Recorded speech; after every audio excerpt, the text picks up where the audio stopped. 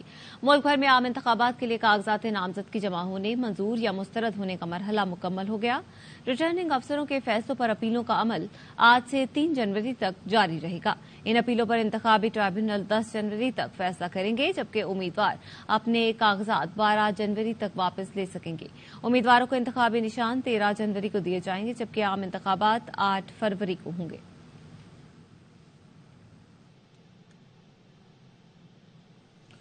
انتخابات سے قبل الیکشن کمیشن کا ایکشن، بڑے بڑے سیاسی نام سلیکشن میں ہوئے ناکام۔ بانی پی ٹی آئی کے لاہور اور میاں والی دونوں جگہ سے کاغذات مسترد۔